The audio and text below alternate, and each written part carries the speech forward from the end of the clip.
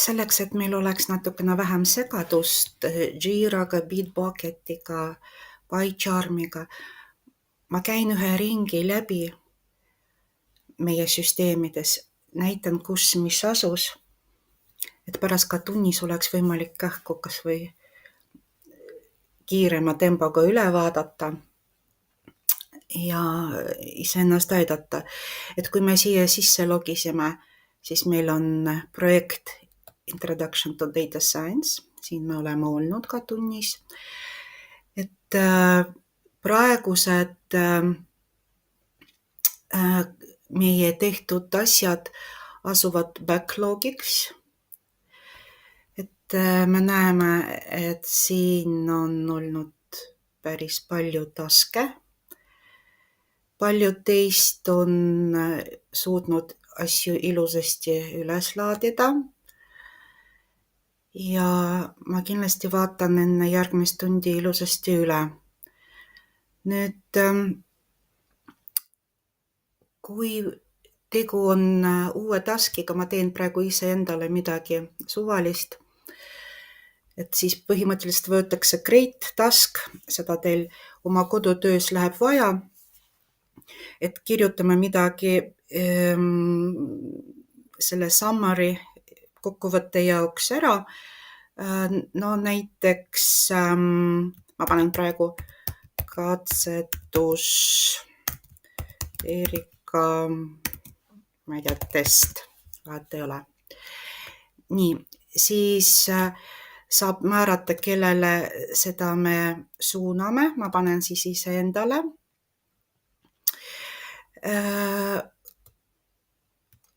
Läks ära.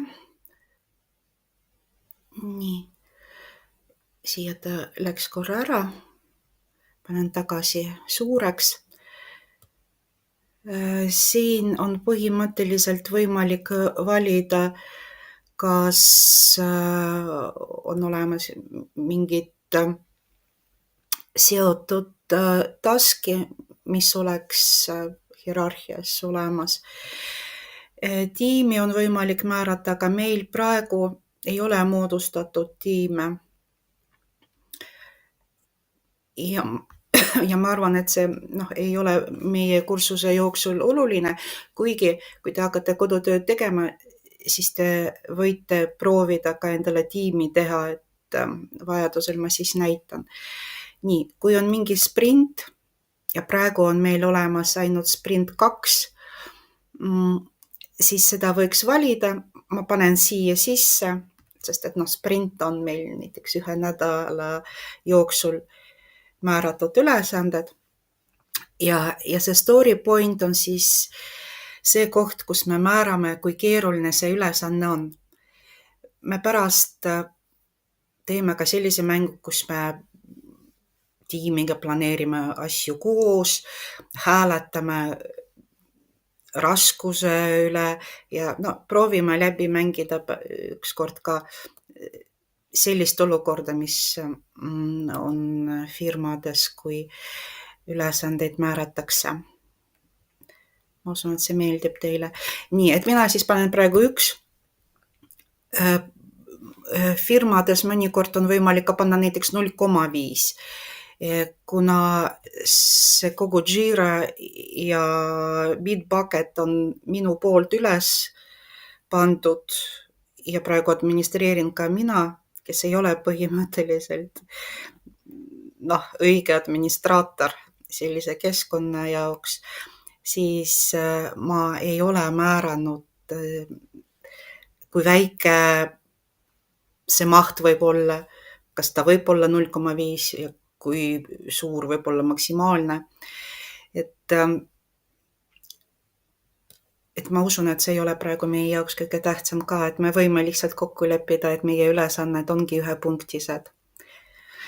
Nii, kui on vaja seda ülesannet mitmeks ülesanneks jagada, siis põhimõtteliselt siin on olemas split ja me võime nagu siis valida näiteks split 2 ja jagada mitme inimeste vahel.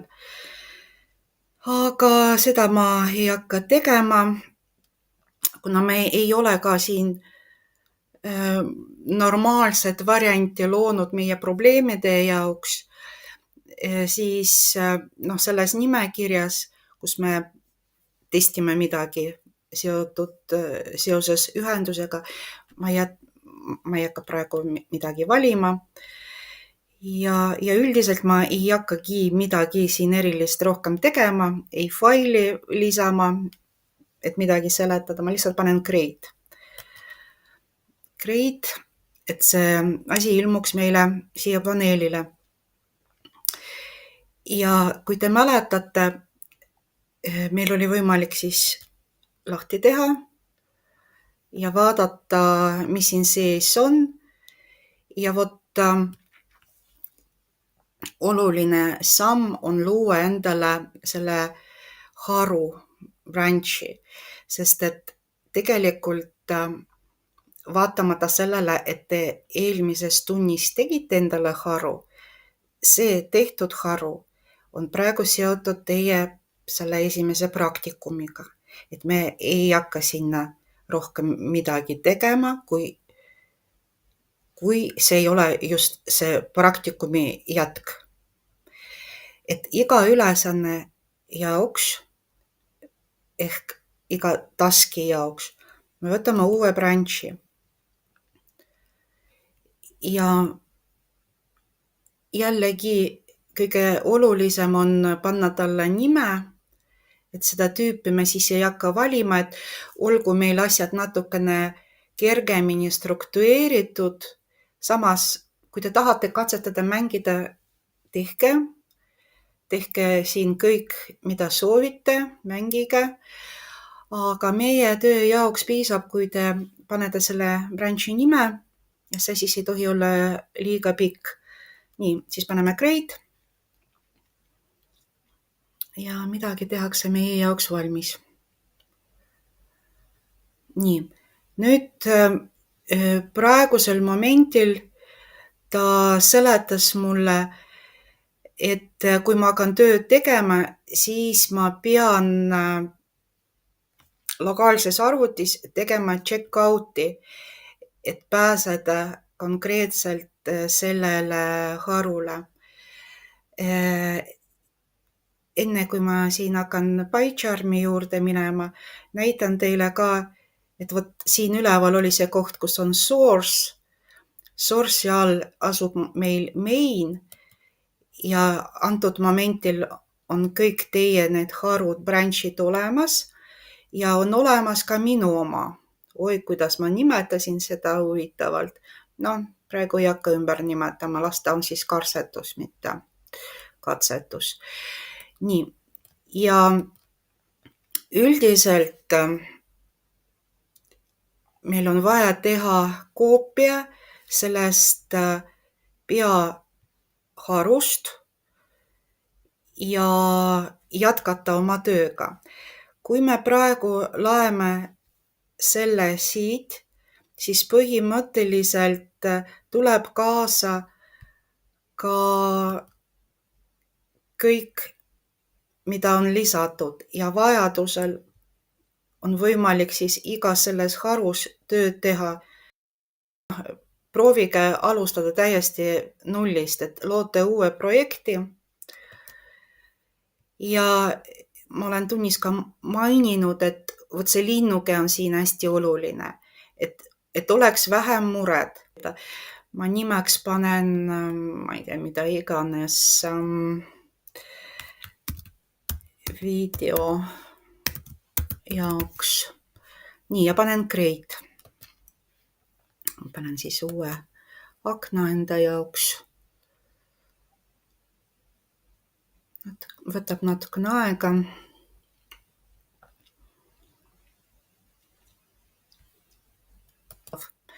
Et meie oma kaustad saame tekitada kõik projekti sisse. Aga nüüd on selline lugu, et ei ole vaja alustada tööd enne, kui Bitbucketi sisu on alla laetud ja õige haru, õige branch on valitud. Sest et muidu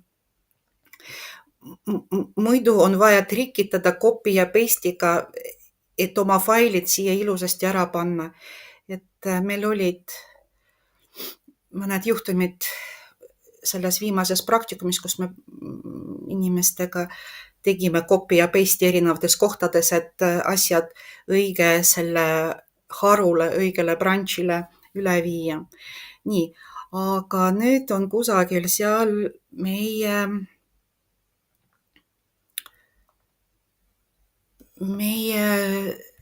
see main kaust, et ma võtan siis clone ja valin copy. Nüüd PyCharmis otsin siis selle Giti ülesse ja Manage Remotes ühendab meid selle Bitbucketiga, et panen siia plussikese, panen paste ja kuna põhimõtteliselt see otsetee, mida pakkus Bitbucket, oli mõeldud ka lihtsalt terminali kasutamiseks, et siis see get clone tuli ja seda ma kustutan. Kes on harjunud terminaliga? Mina näiteks ka tükk aega kasutasin ainult terminali, mul tundus, et PyCharmis on see kuidagi veidi segane, aga pean ütlema, et nüüd ma järjest rohkem kasutan just seda graafilist varianti, vähem ja vähem siis kasutan terminali. Vot kui teie esimest korda seda ühendust Bitbucketiga tegite, siis teil tuli ette parooliga aken ja selle parooli aknas oli selline raadionupp, mis oli seotud sellega, et creditals peaksid olema siis sellised globaalsed, et saaks nagu ükskord ära ühendada läbi brauseri ja et rohkem ei oleks küsitud. Kui me ei märginud seda nupukest, seda raadionupukest, siis põhimõtteliselt proovisime 100 korda sisestada parooli ja see sinna ei jäänud ja ei olnudki tegelikult võimalus seda normaalselt ära ühendada. Et see punktikene sinna siis peab jääma, seda te teete üks kord, teid visatakse brauserisse, logite sisse, siis te peate seal brauseris kinnitama, et te lubate seda accessi ja ongi rahu majas, rohkem probleeme ei tule. Nii, nüüd edasi siin nuppudest on olemas see Git ja esialgu te näete ainult lokaalse osa. Nüüd selleks, et kogu see Bitbucketi sisu tuleks siia, on vaja leida punktiirnoolekest, see on see fetch all remotes ja vajutada. Siin all jookseb siis see fetching, laeb, võtab aega ja tekib remote kaust. Kui te sisu avate, siis vot nüüd on hästi oluline oma branch'i valida, et on oluline teha see checkout. Nii, siin visuaalselt tekivad igasugused ühendused ja nüüd me oleme valmis asjade tegemiseks. Ma tein ainult ühe faili mingi terega, et commitida üles ja näidata, et see kõik sinna läheb, kuhu vaja. Et võtan siis lihtsalt Pythoni faili, panen, ma ei tea, katse 3, ma ei olegi kindel, mitu katset mul on siin juba tehtud. Et kuna see Pythoni fail on valitud, siis tegelikult laiendust seda Pyth ei ole vaja kirjutada käsitsi. Nüüd ta küsib minu käest, kas ma tahan seda Git kausta ka lisada, lokaalsesse Git kausta, et ma lisan seda kindlasti. Kui ma mingi pärast ei lisanud, siis siin selle koha peal parema klahviga on võimalik võtta git ja add. See teeb täpselt sama asja, et ta lisab lihtsalt lokaalse git kausta. Nii, ja ma kirjutan siis lihtsalt print tere, see on meie, ma ei tea, video jaoks. Nii, salvestan ära ja nüüd see commit käsk on siin kõrval, samuti see asub git menüus, siin on ka git menüus on ka push olemas, igasugused fetch'id, branch'id, et kõik see on ka siin olemas.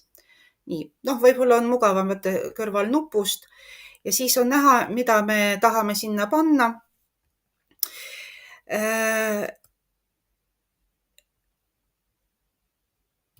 Tegelikult minu jaoks ei ole vaja neid faile, mis on projektiga seotud. Et kui on võimalik, siis suunake sinna Bitbucketisse ainult reaalsed Pythoni failid, näiteks nii nagu siin see Python fail või pärast edaspidi me hakkame seda notebooki kasutama. Nii, seletuste kirjutatakse asju, mis aitab koostöötajatele, kolleegidele aru saada, millega te tegelesite. Ja tegelikult selles on tõesti abi, kui on suur töö ja näiteks kas või 5 inimest korraga töötavad. Nii, aga see on esimene commit. Nii, ma praegu panen eraldi, et näha oleks, et panen commit. Ja nüüd, kui ma panin commit, see fail on sellest puust kadunud, sest me oleme seda hakanud saatma sinna Bitbucketisse ja praegu võtan git kaudu siia push. Ta näitab, kus ma olen. Ja siin peaks olema teie haru nähtav ka. Ja ega tavaliselt siin ei ole midagi valesti. Aga igaks juhuks võib üle vaadata. Ja siis on push. Push võtab ka veidikene aega. Tundub, et läks. Nii, nüüd ma lähen tagasi sinna Bitbucketisse ja igaks juhuks nende värskendan ära. Otsin üles oma branch'i. See on siis see. See on see fail, mida ma reaalselt praegu lisasin üles. See on siis see katse 3. Ja nagu näete, et siin see tekst ongi.